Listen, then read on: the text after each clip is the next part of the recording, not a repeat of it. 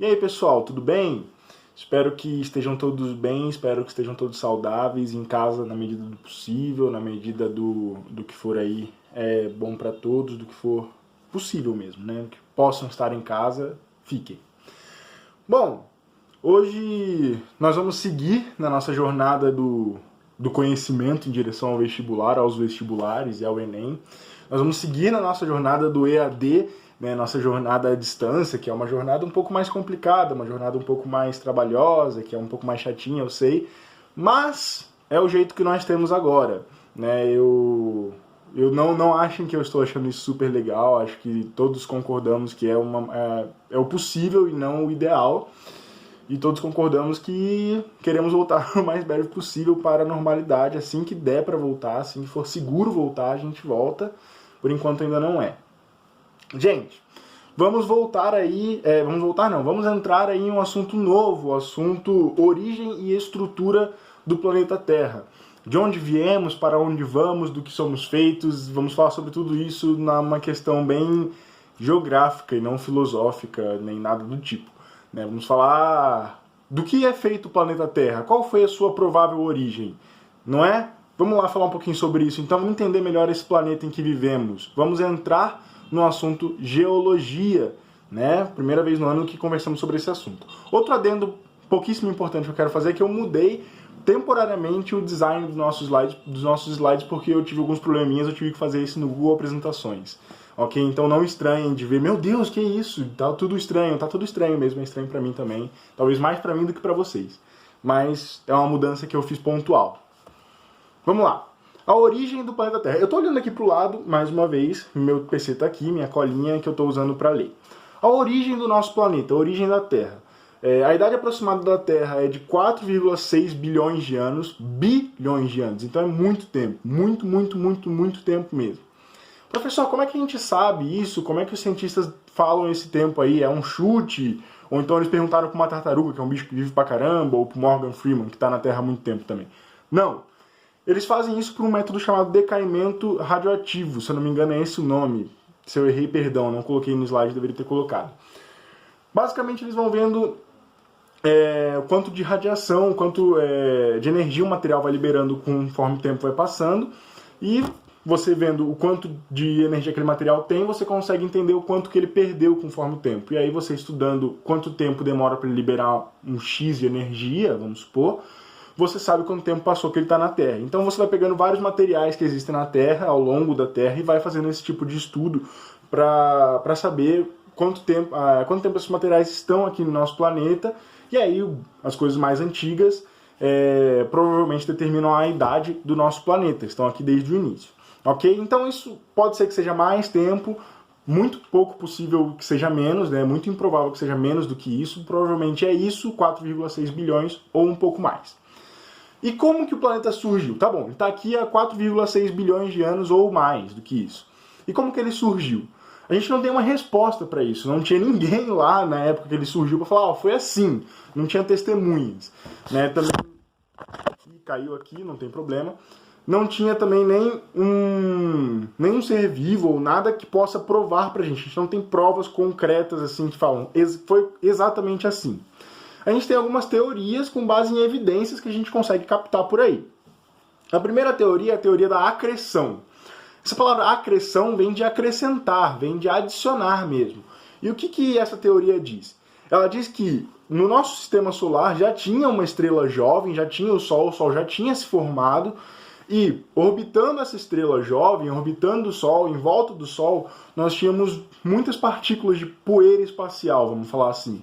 Partículas de rocha, gelo, enfim, vários materiais, que estavam ali orbitando o Sol depois da expansão do universo, do início do universo, que provavelmente vocês vão conversar um pouquinho mais a fundo em física, ou algo do tipo. Então, essas partículas que estavam orbitando o Sol, elas começaram a condensar em pequenos grupos, e esses grupos foram cada vez condensando mais, pensa, uma nuvem de poeira gigante, foi cada vez se juntando mais, condensando mais, uma unindo com a outra, e cada uma dessas nuvens virou um planeta, né? As nuvens de material mais denso, mais pesado, vamos dizer assim, se transformam nos planetas rochosos que a gente conhece, e inclusive a Terra, e as nuvens de material menos denso, as nuvens de gás, por exemplo, e tudo mais, se condensaram, transformando nos planetas, nos gigantes gasosos, né, nos planetas gasosos, que são os maiores, inclusive dos nossos sistemas, os 4 mais distantes do Sol. Então a Terra estaria nesse contexto, formando, né, segundo a acreção, a teoria da acreção. A segunda teoria é a teoria da colisão estelar. O nome já diz. O que essa teoria diz pra gente? Tinha o jovem Sol, uma estrela razoavelmente jovem, formada há pouco tempo, vagando pelo espaço, e no meio do seu caminho ela encontrou com outra estrela qualquer, que nós não sabemos qual seria. Ela colidiu com essa estrela e pensa numa batida de carro. Quando tem uma batida de carro, sai pedaço de carro para tudo quanto é lado, sai um monte de detritos, vamos falar assim, para tudo quanto é lado. Numa colisão estelar seria uma coisa muito parecida a uma colisão de 2 carros. As 2 estrelas, que são corpos gigantescos, se chocaram, soltaram detritos e pedaços para tudo quanto é lado, então soltaram de tudo, tanto matéria sólida como matéria gasosa. Essa matéria que foi solta pela colisão estelar, ela acabou se condensando, se unindo, parecido com a teoria anterior, e formando o sistema solar em volta do Sol. O que essa teoria diz é que o Sol seria a estrela maior e teria resistido a essa colisão, mesmo soltando pedaços, detritos, e a outra estrela, por ser menor, não teria sobrevivido. Então a gente teria só o Sol como remanescente e todos os pedaços que saíram dessa colisão formaram o sistema solar. E a terceira é a teoria da captura por gravidade solar. O que essa teoria diz? Ela é bem simples se a gente for pensar. Captura por gravidade solar. Captura, ou seja, algo foi capturado. Capturado por quem? Pelo Sol. O Sol, por ser um corpo muito grande, ele tem muita gravidade. Então ele atrai muitas coisas para o seu entorno. Ao ele ser muito grande, ele passou perto dos planetas que já existiam ou já estavam em formação, não eram poeira estelar, né? Eles já eram planetas se formando e tudo mais, talvez não com a forma que a gente conhece eles hoje, mas já estavam em formação. E o Sol adotou eles, vamos falar assim. O Sol passou perto desses corpos celestes em formação e a gravidade do Sol foi puxando eles para perto, como se fosse uma adoção mesmo. Tipo, vem para perto de mim, vem para perto de mim, vem para perto de mim. E assim se formou o sistema solar, inclusive a Terra. Curiosidade, a teoria da acreção é a mais aceita cientificamente, né? Apesar das outras duas também serem teorias científicas e com validade e tudo mais, não são descartadas. A primeira, a teoria da acreção, é a mais aceita. Outra curiosidade, colisões estelares não são coisas raridades, não são coisas anormais de se ver, né? São coisas bem comuns no universo. Assim, elas são bem comuns para a idade do universo, né? A gente, durante a nossa passagem na Terra, a gente provavelmente não vai ver uma colisão estelar e não precisa se preocupar com o Sol colidindo com outras estrelas por aí, ok? Vamos lá então para o próximo slide falar mais sobre a estrutura do nosso planeta. Show? Bom, vamos passando para frente, vamos falar um pouquinho sobre a estrutura dessa gigante nave espacial na qual todos viajamos. Eu acho muito clichê falar isso, eu sempre quis falar isso quando eu fosse dar aula sobre o planeta Terra. Desculpem, eu sei que é clichê, mas eu acho super legal. Cara, a Terra é uma coisa muito grande, né? Desculpem a obviedade, mas ela é muito grande. Ela tem aproximadamente 6 vezes 10 a 24 kg. Eu não sei se vocês já viram a notação científica, perdão, eu acabei de dar um chutinho na mesa, acho que deu uma balançada. Não sei se vocês já viram notação científica, mas esse número está escrito em notação científica, ele é usado para falar de números muito grandes. Então, ao invés de eu colocar um 6 com 24 zeros, que seria uma coisa absurda de se escrever e de se ler, teria que ficar contando zerinho por zerinho para saber qual é a casa que se está, a gente escreve assim, 6 vezes 10 é 24, para saber que depois do 6 tem 24 zeros. Vocês vão ver isso com mais profundidade em matemática. Perdão, estou invadindo uma outra área que eu nem conheço muito. Mas 6 vezes 10 a 24 quilogramas são aproximadamente 6 sextilhões de quilos. 6 sextilhões de quilogramas. Cara, é muita coisa, muita massa na Terra. E aí você pode falar, ah, professor, mas a gente mexe nas coisas aqui, então essa massa muda. Muito pouco, porque quando a gente mexe uma coisa que vocês vão ver em química é que a massa que tem de um lado da seta, lá quando você faz uma transformação química, é a mesma massa que tem do outro. Então a gente faz transformações com as coisas aqui e a massa da Terra continua a mesma, por mais que a gente transforme as coisas e tudo mais. O que pode ser que mude é quando a gente manda coisas para fora da Terra, né? Satélites ou então sondas para fora da Terra. Você está perdendo aquela massa, mas você pode estar perdendo o quê? 1000 gramas. Num universo de 6 trilhões de quilos, 1000 quilogramas não vão fazer muita diferença, né? Falando em termos mais objetivos. Além dessa massa absurdamente grande, a Terra tem 510 milhões de quilômetros quadrados. Ou seja, se eu pegasse a Terra, que está aqui, né, que não é não é plana, é importante falar isso, mas também não é uma bola, ela é uma elipsoide de rotação. Para quem não lembra, vai lá no Drive, na nossa aula de movimentos da Terra, eu explico melhor sobre isso. A nossa elipsoide de rotação, a nossa Terra que é um pouco meio elíptica. Se a gente pegar ela, planificar ela, botar assim, pá, plana a Terra. Dentro da Terra, dentro do espaço do planeta Terra, cabem 510 milhões de quadrados com o lado de 1 quilômetro. Ou seja, se eu desenhar um quadrado em que o lado do quadrado é 1 quilômetro, eu consigo fazer 510 milhões desses pelo nosso planeta. É muita coisa, é muito grande. Desses 510 milhões, 361 milhões de quilômetros quadrados são cobertos por oceano. E 148 milhões por continente, por terra mesmo, vamos falar assim. Ou seja, só por isso já é um planeta bastante complexo, já é um planeta que tem aí suas diferenças. É um planeta que não só tem água, porque, por exemplo, Marte também tem água, mas tem muita água líquida, é uma particularidade da Terra dentro dos planetas que a gente conhece mais a fundo aqui. Beleza? Vamos falar um pouquinho mais sobre o nosso planeta aí mais pra frente. Vamos lá. Bom, aqui no próximo slide, nós temos duas fatias da Terra. A gente pegou a Terra e fatiou ela. E aí eu peguei essas fatias e coloquei aqui para vocês. As duas, elas mostram a mesma coisa. E as duas estão falando de jeitos diferentes a mesma coisa. O primeiro modelo, ele é um modelo que a gente chama de estático da Terra. Por que estático? Porque ele não analisa as interações que tem entre camadas. Ele não analisa que o material de uma camada vai para outra, ou da outra vai para uma, e o outro emerge para a crosta e tudo mais. Ele só fala o que tem em cada camada. No outro modelo, no dinâmico, no segundo, ele, como o nome já diz, ele já leva em consideração mais fugiu a palavra, gente. A interação, essa era a palavra, entre as camadas. Então você vai ter um jeito melhor de se explicar a interação entre as camadas, de um material indo de uma camada para outra, falando sobre o modelo dinâmico. Vamos lá? Vou falar sobre os dois aqui para vocês, obviamente. Bom, o modelo estático, como eu falei, não leva muito em consideração as interações, fala mais da composição química das camadas. Nós temos o seguinte: primeira camada, a crosta.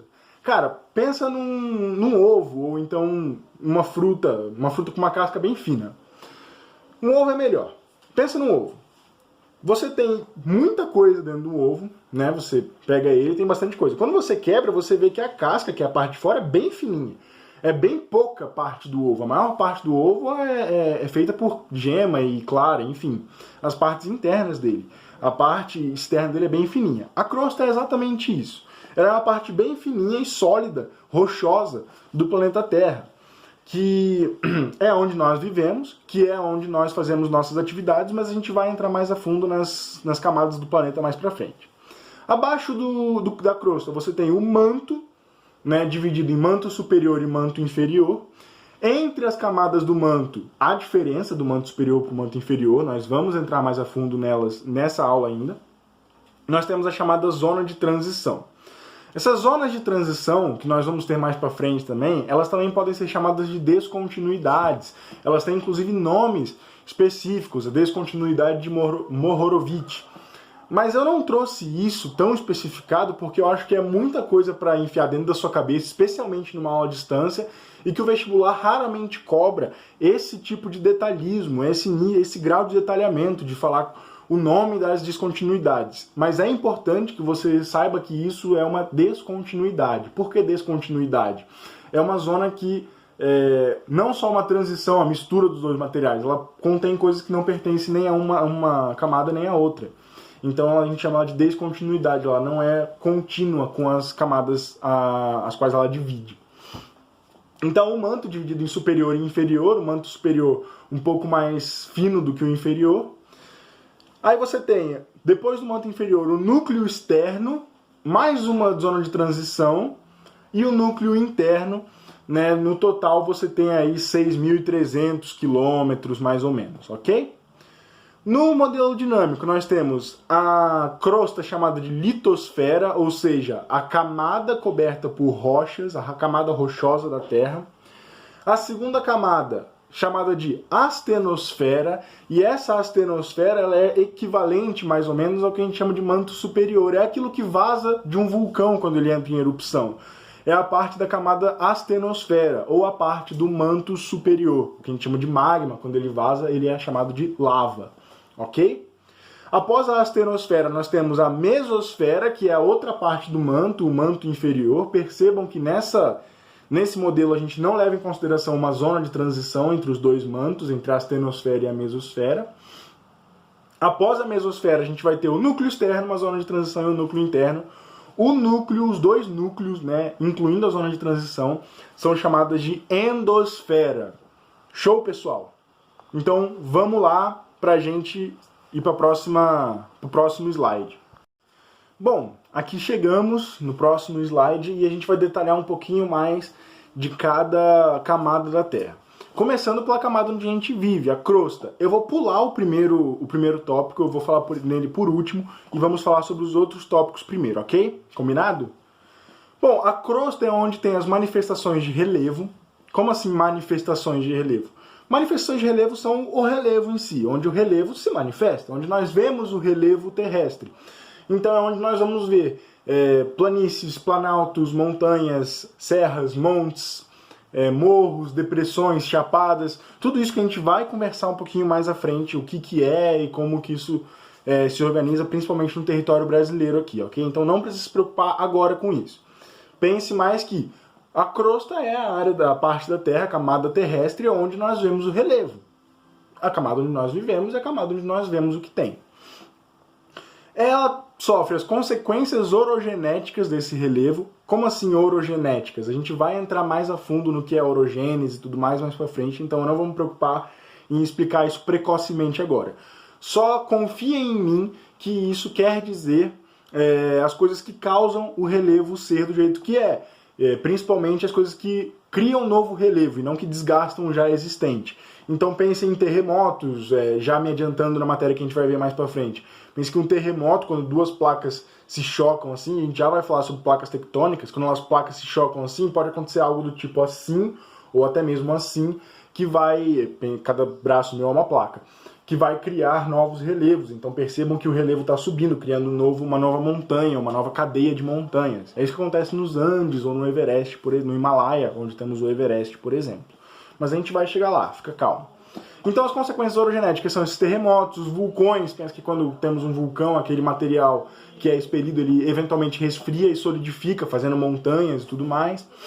Então as consequências orogenéticas eles são esse tipo de coisa, terremotos, vulcões e tudo mais, e eles se manifestam na crosta também. A gente sente esses efeitos aqui na crosta terrestre, na parte mais externa do planeta Terra.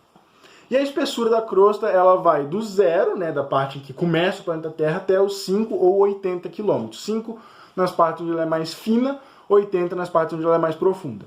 Pode parecer bastante, né, 80 quilômetros para baixo, vamos dizer assim, 80 km de profundidade, mas 80 mil metros, né? Mas 80 km é muito pouco. 80 km é mais ou menos, um pouco menos, eu acho, do que a distância entre Bauru e Botucatu, né? Então pensa que indo de Bauru até Botucatu, você provavelmente teria acabado com a crosta terrestre se você tivesse indo para baixo.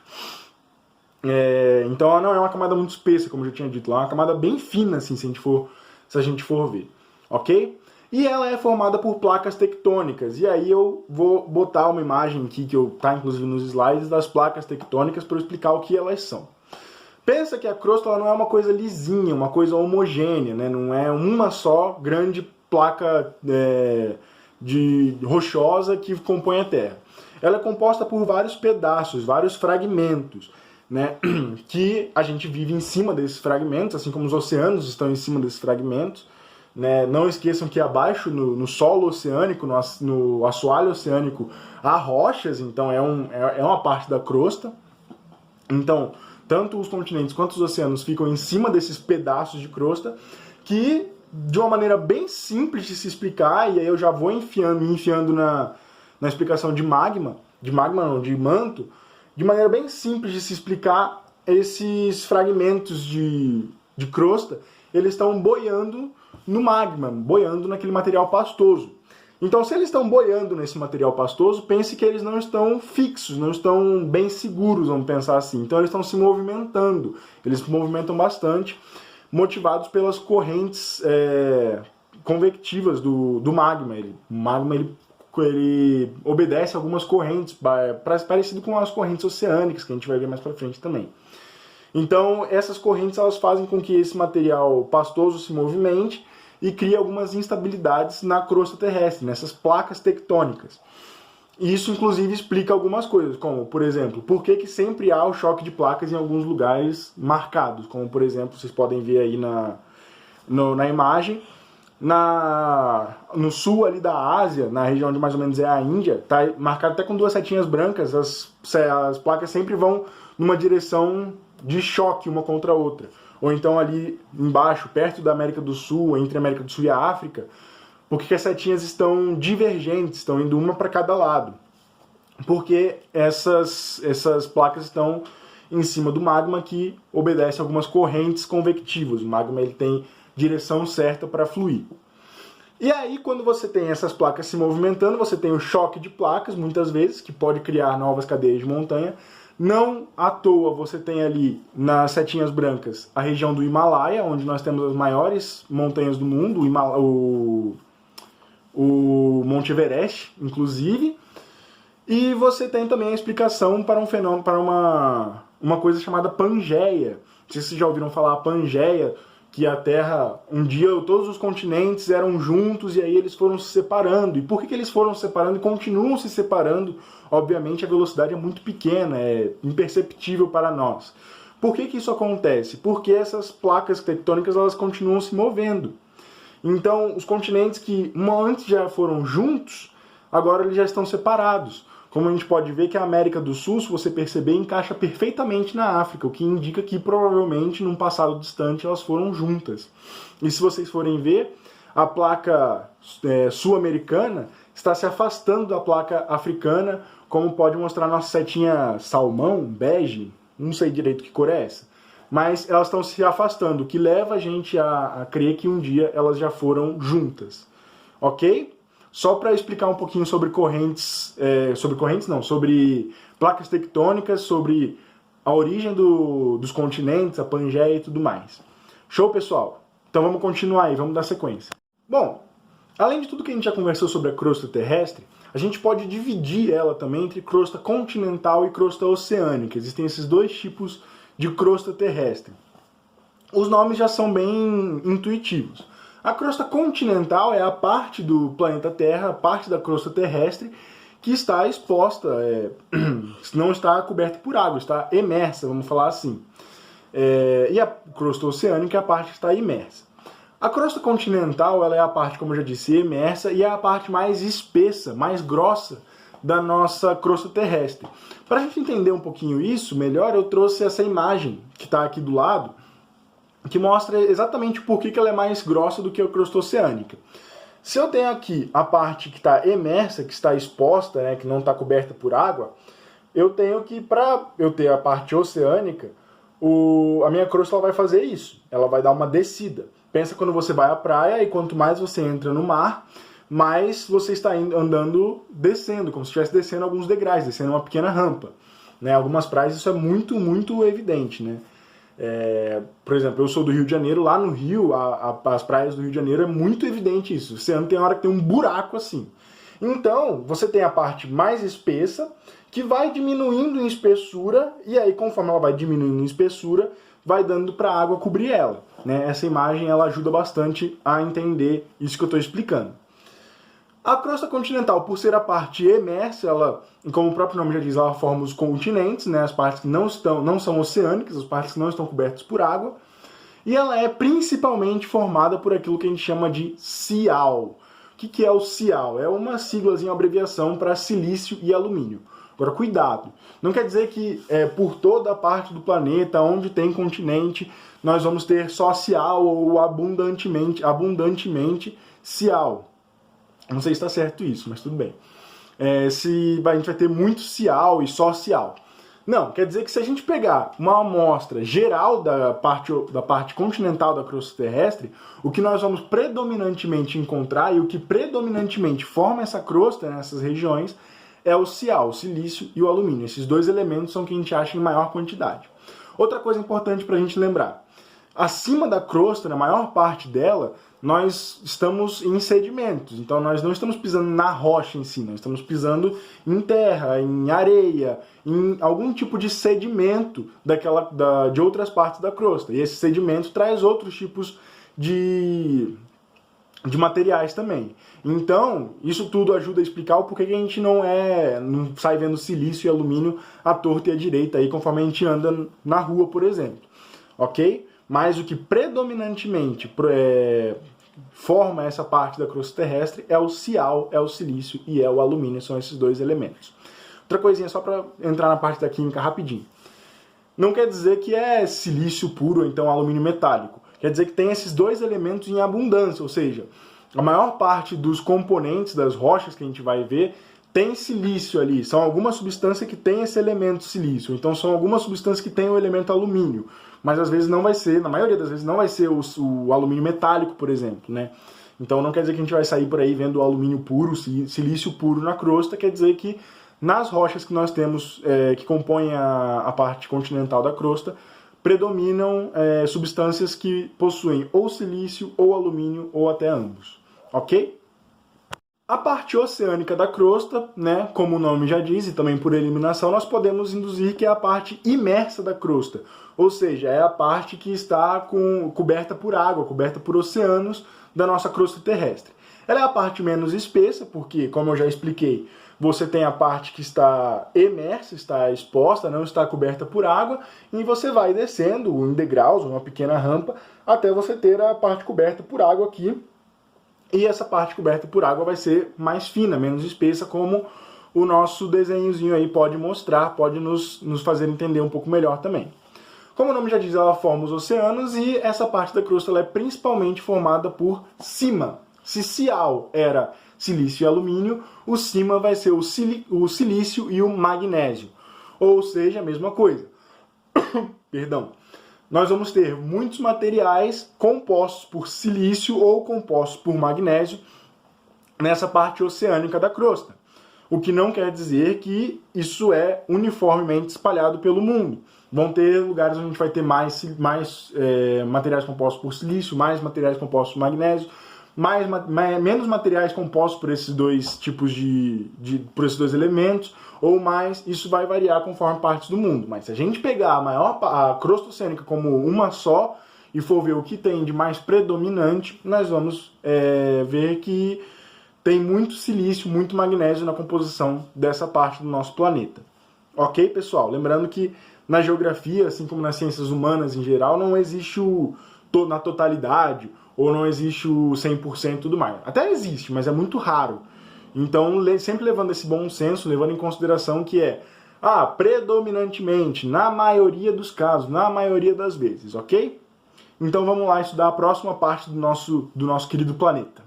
Bom, a segunda parte do nosso planeta, se a gente for escavando ele, né, começando aqui na crosta e começando aí descendo, seria o manto.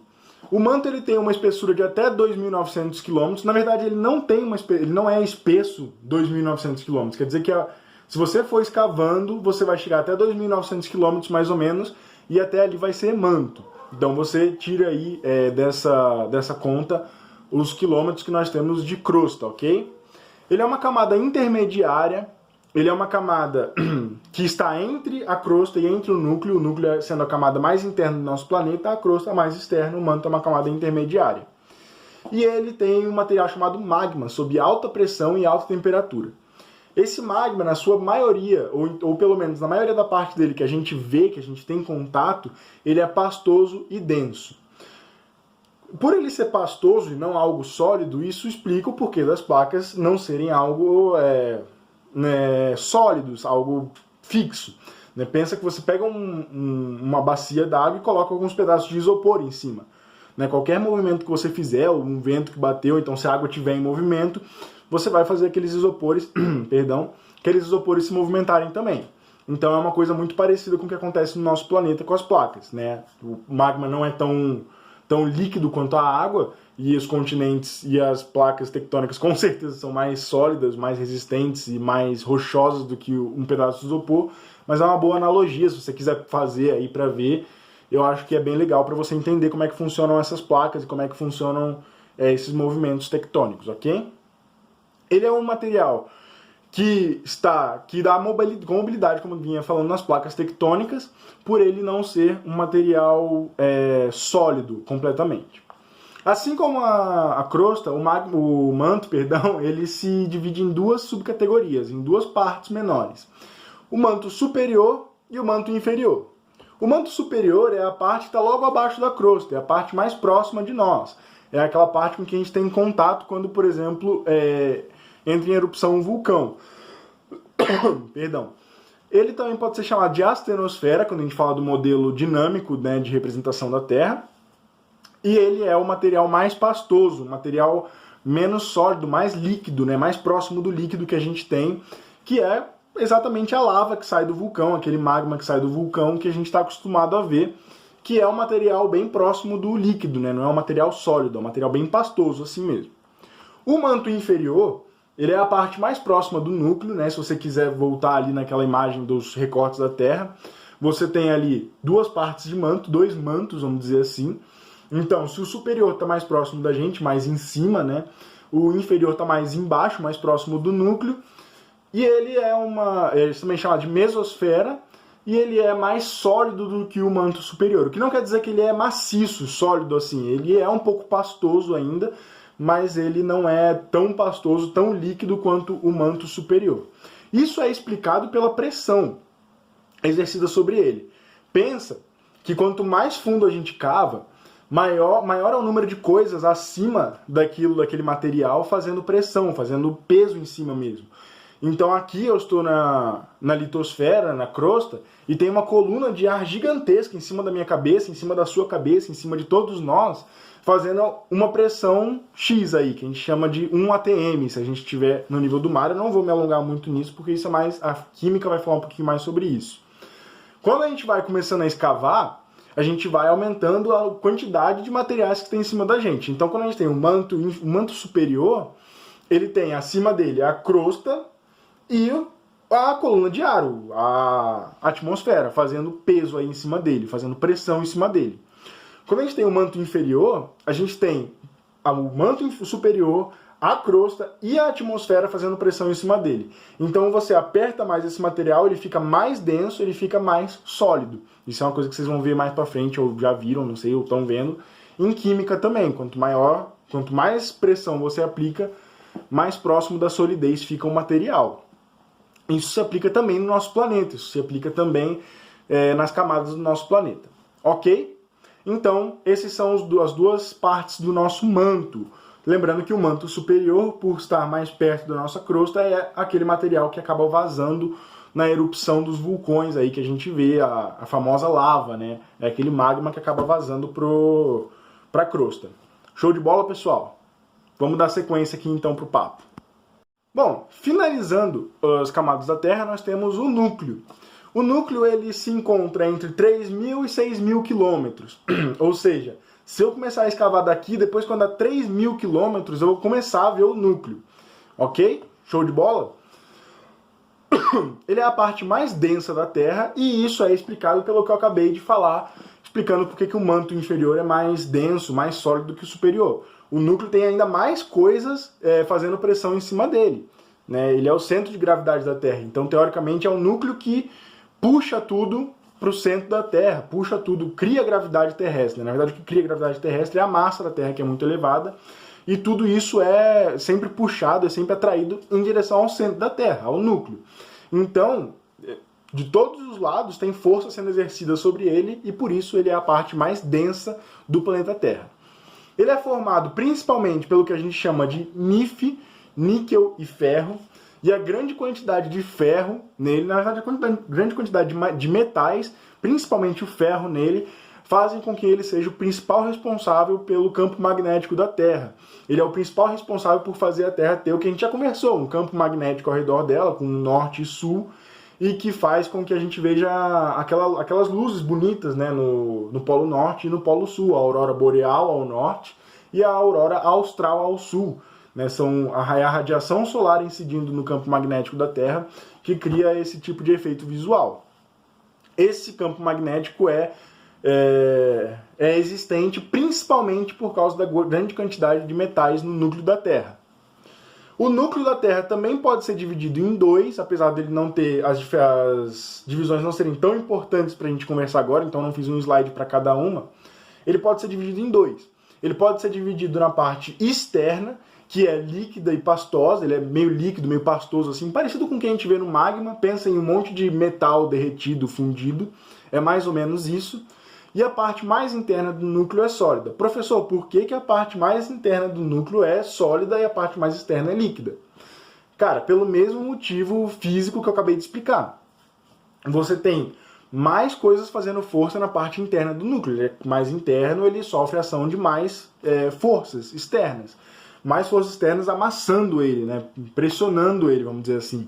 Isso faz com que ele seja mais sólido do que o externo. O externo, por estar mais fora, ele tem menos coisas pressionando ele, então ele consegue ser mais líquido, mais pastoso.